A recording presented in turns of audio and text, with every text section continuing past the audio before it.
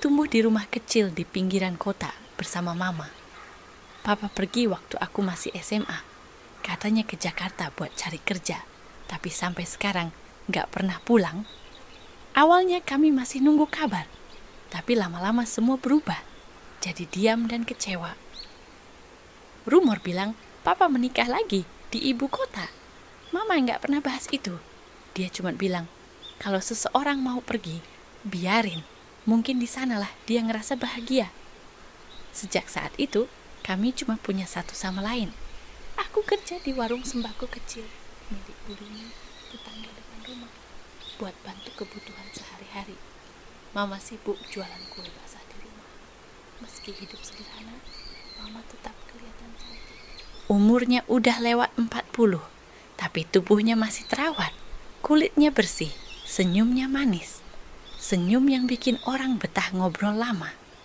Kadang aku suka heran, kenapa Papa tega ninggalin perempuan sebaik itu?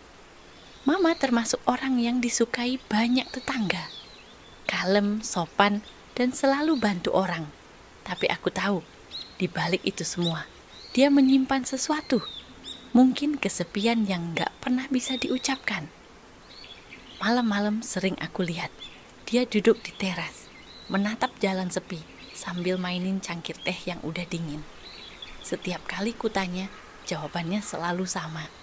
Mama cuma mikirin jualan besok. Padahal aku tahu, dia sedang mikirin seseorang yang gak akan pulang lagi. Sampai akhirnya Revan datang. Aku pertama kali kenal dia di warung tempat kerja. Dia pelanggan baru. Kelihatan rapi, wangi, dan sopan. Awalnya aku kira cuma pembeli biasa. Tapi beberapa hari kemudian, dia datang lagi. Dan lagi. Selalu dengan alasan yang sama. Beli rokok, beli air mineral, beli permen. Padahal jelas, barang-barang itu bisa dia beli di mana saja. Setiap datang, dia selalu sempat ngobrol, nanya kabar, bahkan bantu ngangkat galon tanpa diminta. Cara dia ngomong bikin aku nyaman. Suaranya tenang, matanya hangat. Aku mulai suka, tapi gak berani ngaku, bahkan ke Mama. Suatu sore, hujan turun deras. Aku belum sempat pulang karena warung lagi ramai. Revan tiba-tiba datang bawa payung. Aku lewat sini, lihat kamu masih kerja. Takutnya kehujanan, katanya sambil senyum. Aku gak bisa nolak. Kami jalan bareng di bawah satu payung. Dan entah kenapa, saat itu dunia rasanya lebih pelan. Aku cuma bisa dengar bunyi hujan, degup jantungku, dan langkahnya di sampingku. Sesampainya di rumah, Mama sedang menjemur handuk di teras. Dia sempat kaget lihat kami datang bareng. Ini siapa, Ras? Tanya Mama. Teman, Ma, namanya Revan. Revan langsung senyum sopan dan salaman. Saya temannya Laras, Bu. Rumah saya gak jauh dari sini.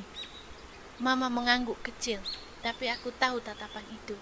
Tatapan menilai. Sejak malam itu, Revan makin sering mampir ke rumah. Kadang cuma nganterin makanan kecil, kadang numpang ngobrol di teras. Aneh, tapi Mama gak pernah keberatan. Bahkan sering ikut nimbrung. Mereka cepat akrab. Mungkin karena Mama juga butuh teman bicara, atau karena Revan tahu cara bersikap di depan orang tua. Dia pandai menempatkan diri, tahu kapan harus sopan, kapan harus bercanda. Aku sering lihat Mama tertawa lagi. Tawa yang udah lama hilang sejak Papa pergi. Aku senang. Kupikir ini pertanda baik. Aku bahkan sempat berpikir, mungkin Tuhan akhirnya kirim seseorang yang bisa bahagiain kami berdua. Tapi setelah beberapa minggu, aku mulai merasa aneh. Revan sering datang saat aku belum pulang kerja. Kadang Mama cerita, tadi Revan mampir bentar, nganterin kue. Aku gak curiga waktu itu. Justru aku senang Revan bisa dekat sama Mama. Aku percaya mereka saling menghormati. Karena buatku, siapapun yang bisa bikin Mama tertawa, layak dihargai. Hubungan kami makin serius. Revan mulai bicara soal masa depan.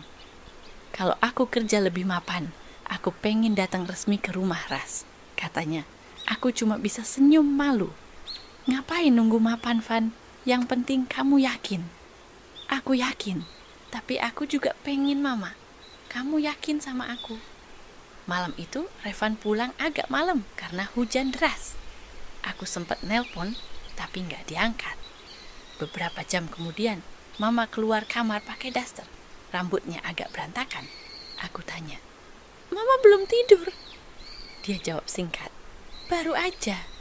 Aku nggak mikir aneh-aneh. Cuman merasa suasana malam itu agak canggung.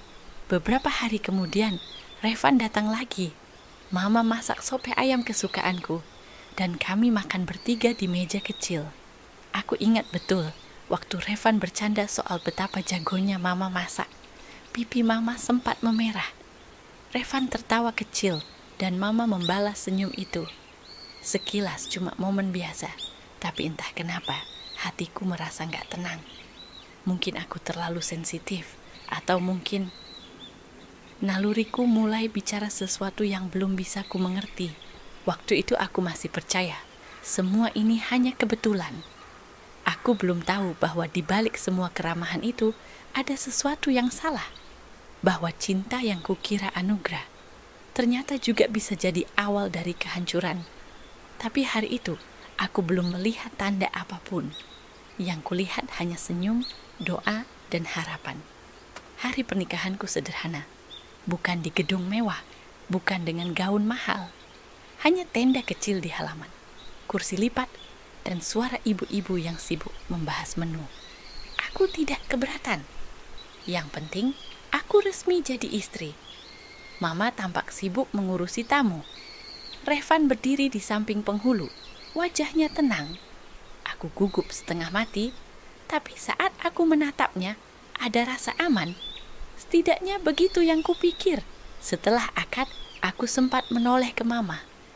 Dia tersenyum, tapi ada sesuatu di matanya yang sulit kuterjemahkan. Senyum itu tidak sepenuhnya lega, seolah ada yang ditahan.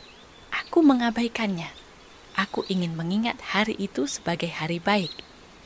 Beberapa hari setelahnya, kami menempati kamar kecil di rumah mama. Aku sadar ini bukan ideal. Orang bilang sebaiknya pasangan baru tinggal terpisah. Tapi kondisiku dan Revan belum memungkinkan. Kami bertekad menabung dulu. Lagi pula, aku tidak tega meninggalkan mama sendirian. Minggu-minggu pertama rasanya hangat. Pagi hari aku bangun lebih cepat, menyiapkan sarapan. Revan bawa motor bekas dari temannya. Jadi dia bisa antar aku belanja bahan kue untuk mama. Malam-malam kami ngobrol sampai larut tentang rencana sederhana. Kontrakan kecil, tabungan, mungkin usaha kecil-kecilan. Mama lebih sering tertawa. Dia sibuk mengajariku beberapa resep yang belum pernah ku pelajari. Kadang Revan nimbrung, memuji masakan mama sampai mama tersipu. Aku ikut tertawa. Aku merasa keluargaku akhirnya utuh lagi. Itu pikirku waktu itu. Perlahan-lahan ada yang berubah. Aku baru sadar, perubahan begitu jarang datang dengan bunyi keras. Biasanya dia datang pelan, seperti pintu yang tidak ditutup rapat. Awalnya hanya celah, lama-lama jadi lubang. Revan mulai sering pulang lebih malam. Alasannya macam-macam, antar teman, bantu urus barang, ketemu kenalan yang mungkin bisa kasih kerjaan. Aku percaya saja, semua ini demi masa depan kami, kan? Tapi lama-lama aku merasa sendirian di rumah sendiri. Mama menemani, kami terus mengobrol agar suasana tidak sepi. Kadang aku merasa kasihan pada mama. Kadang aku berpikir, mungkin dia juga kasihan padaku. Suatu sore, aku pulang lebih cepat dari warung. Hujan gerimis, rumah sepi, tapi ada 2 gelas teh hangat di meja. Uapnya masih tipis. Di piring ada sisa pisang goreng. Aku panggil mama. Tidak ada jawaban. Aku panggil Revan. Sunyi. Beberapa menit kemudian, aku dengar langkah dari dapur. Mama muncul sambil mengelap tangan dengan serbet. "Kamu sudah pulang? Tadi Revan mampir," katanya santai. Dia bantu pindahin tabung gas. Aku mengangguk. Tidak ada alasan untuk curiga. Tapi aku menyentuh gelas teh itu. Masih hangat. Entah kenapa, aku merasa canggung di ruang tamu rumahku sendiri. Malamnya aku cerita ke Revan. Besok-besok jangan pulang terlalu malam, kataku pelan. Dia memegang tanganku. Aku usahain, kita lagi butuh dorongan dikit supaya cepat pindah dari sini, katanya. Aku mengangguk. Aku paham maksudnya. Tapi kalimat cepat pindah dari sini membuatku bertanya, memangnya ada yang salah di sini? Beberapa hari kemudian, aku sedang menyapu kamar ketika menemukan sesuatu di balik bantal. Bros kecil warna perak, model yang sering mama pakai kalau ada tamu. Aku membawanya ke mama. Ini kayaknya punyamu, Ma. Mama tersenyum, sedikit gugup. Iya, tadi mama singgah sebentar beresin spray. Mungkin keletakan. Aku mengangguk. Ada penjelasan untuk semua hal. Selalu ada. Revan makin sering membawa makanan untuk mama. Lontong sayur kesukaan mama, klepon hangat, atau bakso dari warung baru yang katanya enak. Sekalian lewat, katanya.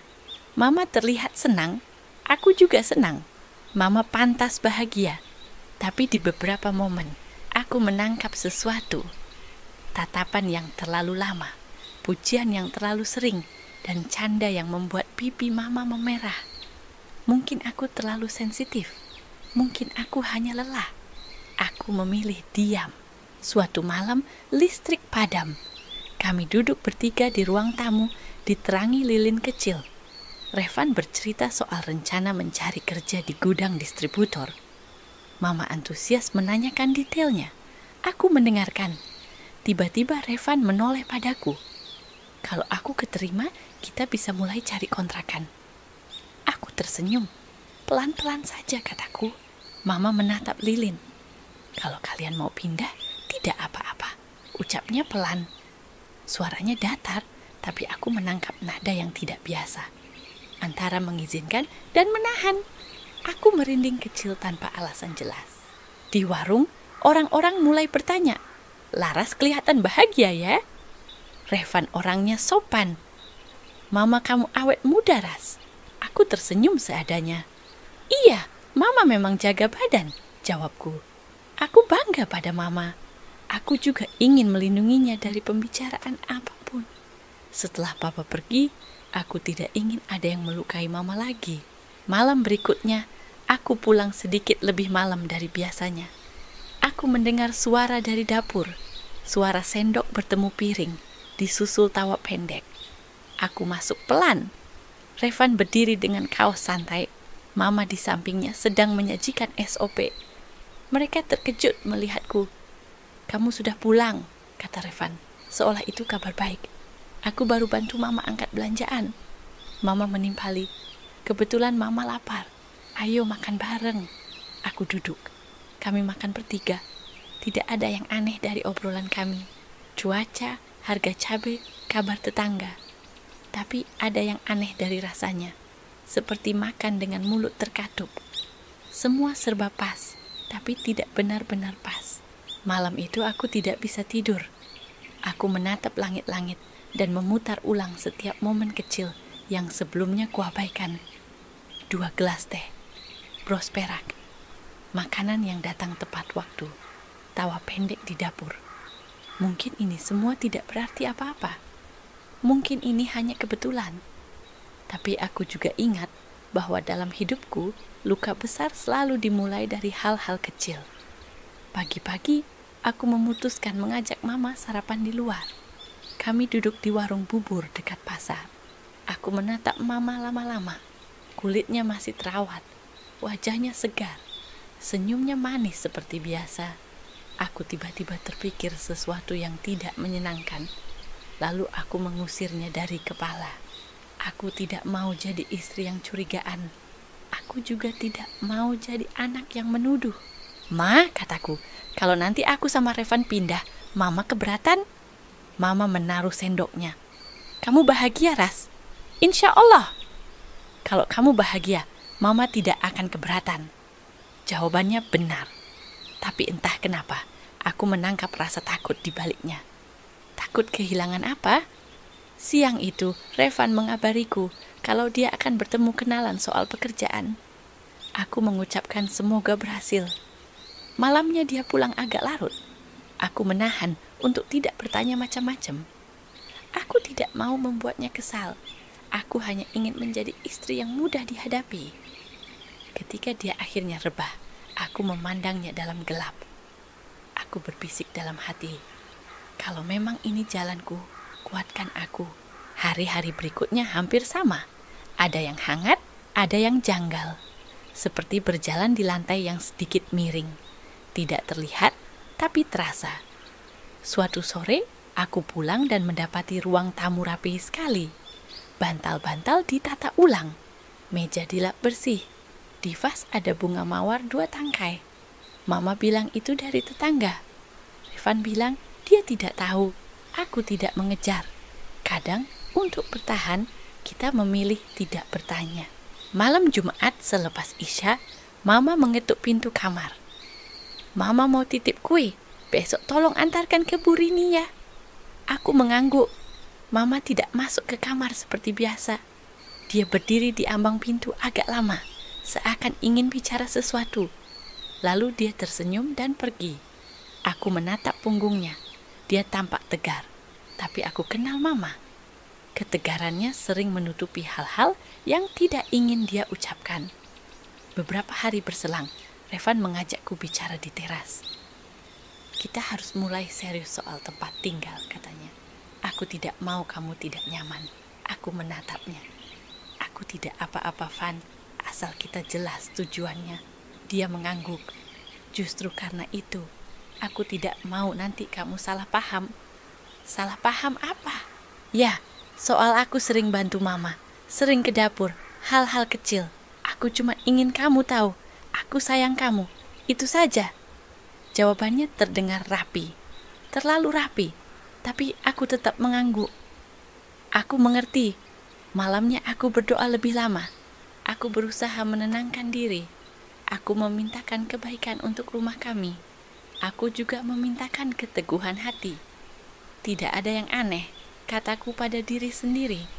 Semua orang bisa salah paham. Semua orang bisa lelah. Sampai suatu sore, aku pulang dan mendengar suara tawa Mama dari kamar. Tawa yang jarang sekali ku dengar belakangan ini. Aku senang. Aku mengetuk pelan. Tawa itu berhenti. Pintu terbuka, Mama keluar. Kamu sudah pulang, katanya. Nadanya cepat. Iya, Ma. Aku melongok ke dalam sekilas. Kamar rapi. Tidak ada siapa-siapa. Tadi siapa, Ma? Radio, jawabnya buru-buru. Aku mengangguk. Tidak ada radio di kamar Mama. Tapi untuk pertama kalinya, aku memilih menutup mata bukan karena percaya, melainkan karena takut. Malam itu aku memutuskan sesuatu yang sederhana. Besok aku akan bicara baik-baik dengan Revan tentang rencana pindah. Bukan karena aku ingin lari, bukan karena aku tidak sayang Mama, tapi karena rumah ini mulai terasa penuh dengan hal-hal yang tidak berwajah. Aku ingin kembali bisa bernapas. Aku memeluk bantal dan menatap jendela yang memantulkan bayanganku. Aku masih ingin percaya bahwa kebahagiaan itu nyata. Aku juga masih ingin percaya bahwa Mama tidak akan pernah melukaiku. Tapi kehidupan tidak selalu menunggu sampai kita siap.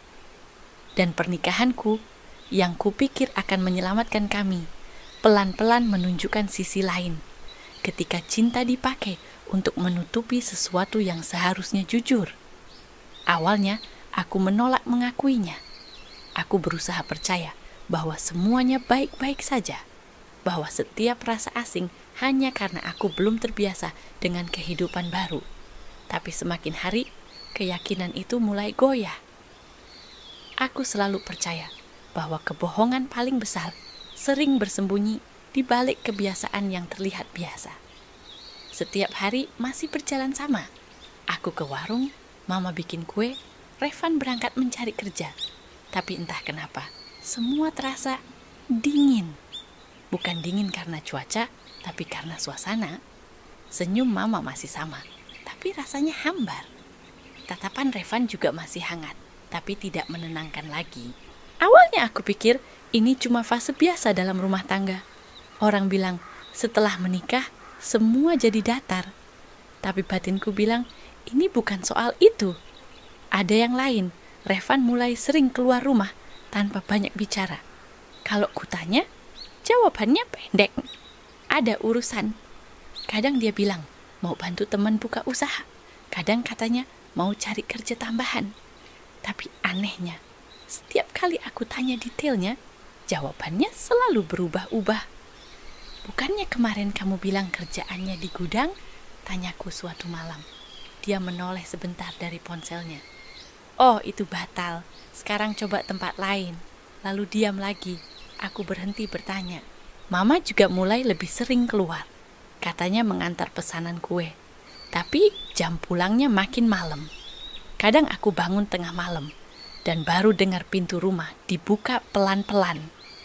Waktu kutanya pagi harinya, dia bilang, semalam tidur di rumah Bu Rini karena hujan deras. Aku ingin percaya, tapi caranya mengucapkannya terlalu lancar, terlalu siap. Hari Minggu sore, Revan mendadak bilang mau keluar sebentar. Ada teman lama yang ngajak ketemu. Aku mengangguk. Aku tidak mau terlihat mencurigakan. Tapi setelah dia pergi, aku merasa gelisah. Entah kenapa, aku berjalan ke dapur, sekadar menenangkan diri dengan menyiapkan teh. Di meja, aku lihat sesuatu yang aneh. Cangkir favorit, Mama dan Revan berdampingan. Masih ada sisa teh, tapi dingin.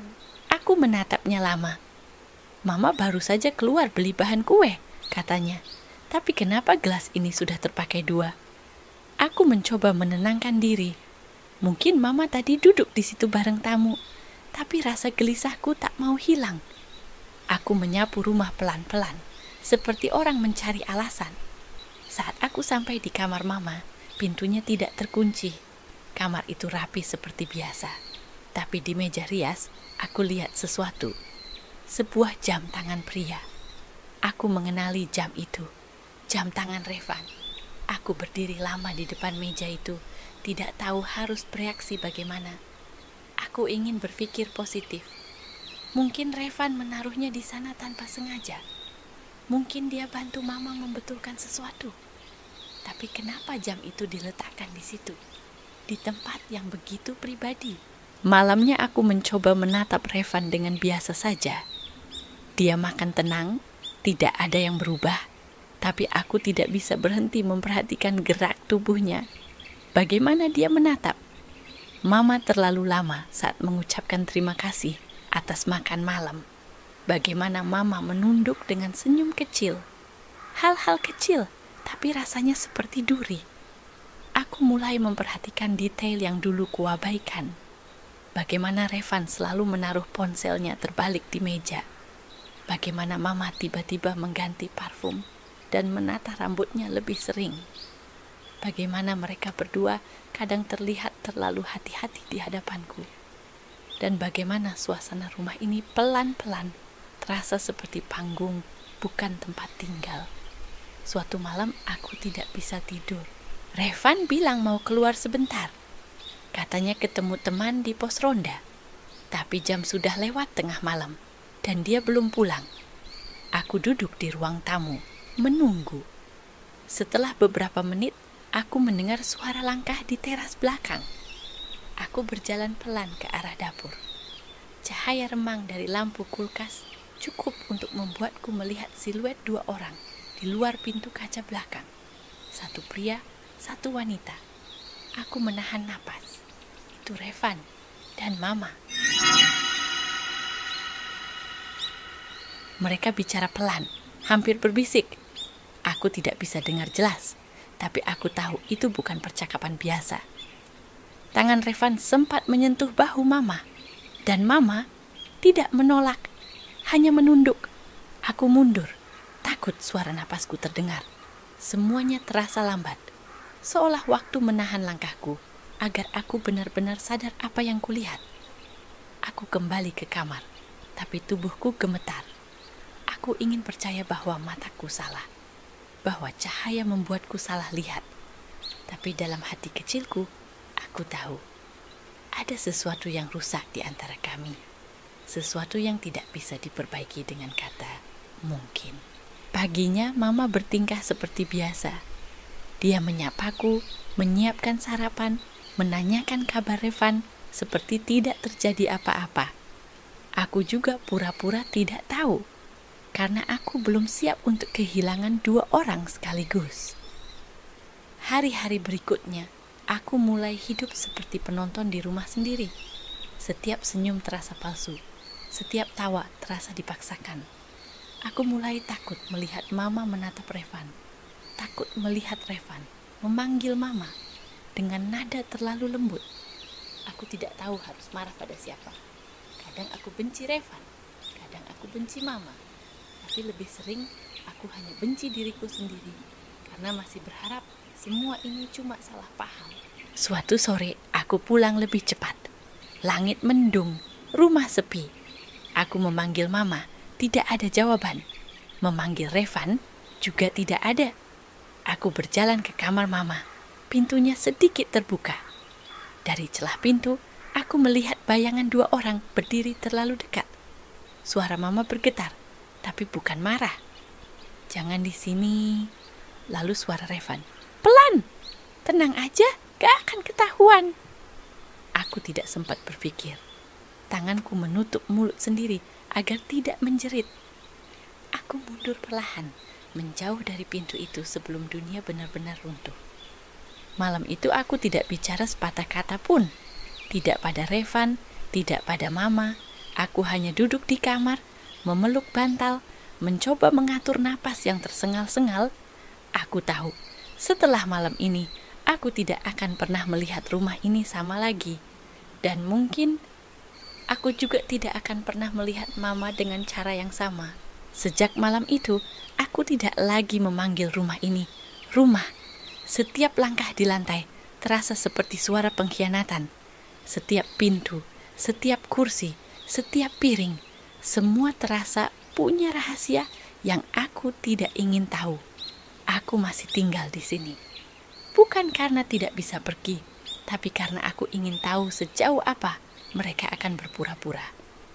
Mama tetap seperti biasa, tersenyum setiap pagi, menyiapkan sarapan, seolah tidak ada apapun yang salah. Revan juga berperilaku sama, menatapku lembut, menanyakan kabarku, memelukku setiap malam, tapi pelukannya dingin, hambar, seolah dia memeluk seseorang lain melalui tubuhku. Aku sering berpikir, apa salahku? Apa aku istri yang terlalu membosankan? Apa aku anak yang tidak peka? Tapi semakin lama aku bertanya, jawabannya justru membuatku semakin sakit. Bukan aku yang berubah, mereka yang memilih untuk berbohong. Hari itu hujan deras. Aku baru pulang dari warung, baju basah kuyup. Aku panggil Mama, tidak ada jawaban. Revan juga belum kelihatan. Aku masuk ke kamar, mengganti baju, lalu duduk sebentar di tepi ranjang. Aku tidak tahu kenapa, tapi ada dorongan aneh dalam diriku, semacam firasat buruk. Aku berdiri, berjalan pelan ke arah kamar Mama. Pintu kamar tertutup, tapi dari dalam terdengar suara samar. Suara yang sudah terlalu sering aku dengar. Pelan, terburu, dan terlalu akrab. Aku menempelkan telinga di pintu. Jantungku berdetak keras. Kita nggak bisa terus begini, Van. Aku tahu, tapi aku juga nggak bisa jauh dari kamu. Tubuhku langsung kaku. Dunia berhenti di situ. Aku membuka pintu tanpa berpikir. Mama berdiri di sisi ranjang, wajahnya pucat. Revan di depannya, memegang lengannya. Mereka berdua membeku saat melihatku. Aku tidak menjerit, tidak langsung bicara. Aku hanya menatap mereka berdua, lama, sampai air mata jatuh tanpa bisa kutahan. Kamu berdua, suaraku serak, tidak marah, hanya hancur. Kenapa? Mama berusaha bicara, tapi suaranya tersendat. Laras, dengar dulu, nak. Dengar apa, Ma? Potongku. Aku lihat semuanya. Revan maju selangkah, mencoba mendekat. Ras, aku bisa jelaskan. Aku mundur. Jelaskan apa? Kamu tidur di rumah istrimu sambil jatuh cinta sama ibunya. Hening, hanya suara hujan di luar yang terdengar. Mama menunduk, Tangannya gemetar. Maafkan Mama. Nak, Mama salah. Mama lemah. Aku menatapnya, setengah tidak percaya. Lemah, suaraku meninggi. Mama tahu rasanya aku setiap malam. Aku pikir Tuhan kasih aku 2 orang untuk kucintai. Tapi ternyata dua-duanya yang menikam aku dari belakang. Revan memejamkan mata. Aku gak pernah niat nyakitin kamu. Aku menatapnya dengan mata bengkak. Tapi kamu tetap melakukannya. Mama jatuh berlutut. Air matanya jatuh ke lantai. Mama gak bisa hidup sendiri, Ras.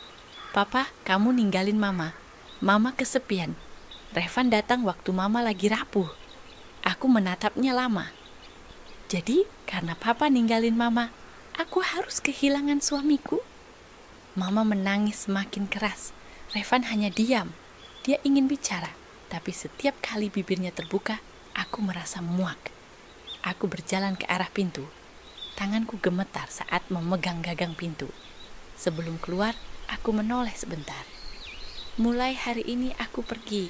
Aku gak tahu kalian mau jadi apa, tapi aku gak mau tinggal di rumah yang baunya dosa. Aku keluar sambil membawa tas kecil. Hujan deras mengguyur, tapi aku tidak peduli. Setiap langkah di tanah berlumpur terasa seperti melepas belenggu. Tapi di saat yang sama, ada bagian dalam diriku yang pecah. Bagian yang masih berharap. Semua ini cuma mimpi. Di belakangku, aku mendengar suara Mama memanggil.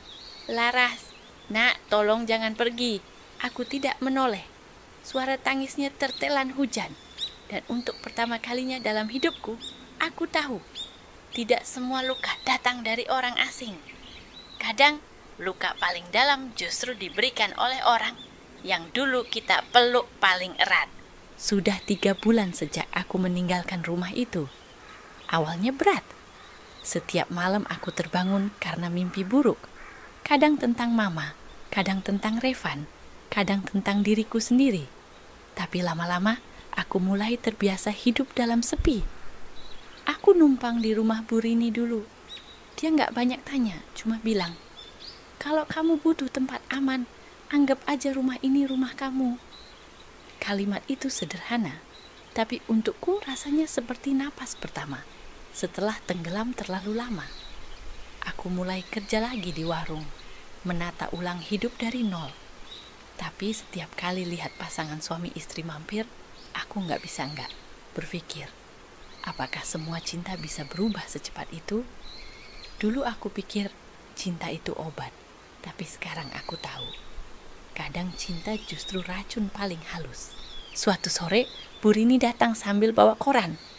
Ras, ini kamu lihat deh. Nama Revan ada di berita. Aku sempat membeku. Beritanya pendek, di kolom kecil. Polisi memburu pelaku penipuan emas palsu. Ada foto Revan di bawahnya. Aku diam lama. Tanganku gemetar, bukan karena marah, tapi karena getir. Jadi ini hidup yang dia pilih setelah semua dosa itu. Menyentuh uang haram seperti menyentuh hidup orang. Beberapa hari kemudian, kabar datang lagi. Revan tewas dalam kecelakaan saat kabur dari kejaran polisi. Mobilnya terbakar di jalan tol, katanya. Aku membaca ulang berita itu 3 kali. Aku tidak menangis. Entah karena air mataku sudah habis, atau karena bagian dari diriku memang sudah mati bersama kepercayaanku padanya. Mama sempat datang ke rumah Bu Rini seminggu setelah pemakaman Revan. Dia terlihat tua, jauh lebih tua dari usianya. Wajahnya pucat, matanya kosong. Tubuh yang dulu terawat, kini tampak ringkih, seperti kehilangan nyawa. Dia berdiri di depan pagar, tidak berani masuk. Laras, suaranya pelan, hampir tak terdengar. Aku berdiri di teras, menatapnya dari jauh. Untuk pertama kalinya, aku tidak tahu harus memanggilnya Mama atau perempuan yang menghancurkan aku. Dia menangis. Mama salah, nak. Mama udah ngerusak semuanya. Revan mati karena dosa kita berdua. Mama gak tenang. Mama gak bisa tidur. Aku tidak menjawab. Dalam hatiku masih ada amarah, tapi lebih banyak lelah. Aku hanya bilang, pelan. Kalau Mama mau tenang, bertobatlah. Dia menunduk, tangannya gemetar memegang pagar, lalu dia pergi tanpa menoleh. Sejak itu aku tidak pernah melihatnya lagi. Sampai suatu pagi, seorang tetangga datang dan bilang, "Mama dirawat di rumah sakit. Katanya dia jatuh sakit parah, tubuhnya lemah, dan tidak ada yang menjaganya." Aku butuh waktu 2 hari untuk memutuskan datang. Bukan karena aku tidak peduli, tapi karena aku takut. Takut melihat wajah yang dulu kupeluk sebagai tempat pulang, tapi sekarang hanya mengingatkanku pada luka. Ruang rumah sakit itu sunyi. Mama terbaring dengan selang infus di tangan. Kulitnya pucat, matanya sayu, tapi senyumnya masih berusaha hangat saat melihatku. "Kamu datang juga, Nak." Aku duduk di kursi sebelah ranjang. Beberapa detik hening, lalu Mama mulai bicara. "Mama salah besar. Dulu Mama pikir kesepian bisa diisi dengan cinta, tapi ternyata yang datang malah dosa. Mama udah kehilangan segalanya. Cuma satu yang Mama belum punya. Maaf dari kamu." Aku menatapnya. Ada luka di sana, tapi juga ada kasih. Karena bagaimanapun juga, dia tetap ibuku. Aku menunduk, menahan air mata. "Aku udah maafin Mama, tapi tolong jangan ulangi salah itu dalam doa Mama sendiri." Mama terisak, suaranya nyaris hilang. "Doain Mama, Nak. Aku udah dari awal, Ma. Cuma Mama yang nggak sadar." Beberapa hari kemudian, Mama meninggal. Tidak ada upacara besar, hanya beberapa tetangga dan aku yang berdiri di bawah hujan kecil. Tanah merah basah. Aku berdiri paling depan, menatap nisan tanpa nama keluarga lengkap. Hanya tertulis, Mira, 1979-2022. Aku tidak menangis lagi. Aku hanya berbisik pelan, "Semoga Tuhan lebih lembut dari aku, Ma." Setelah itu, aku menatap langit yang kelabu dan sadar. Kadang, keadilan tidak datang dalam bentuk pembalasan, tapi dalam bentuk kehilangan. Dan mungkin, kehilangan adalah cara Tuhan mengingatkan manusia bahwa setiap dosa pasti dibayar, cepat atau lambat.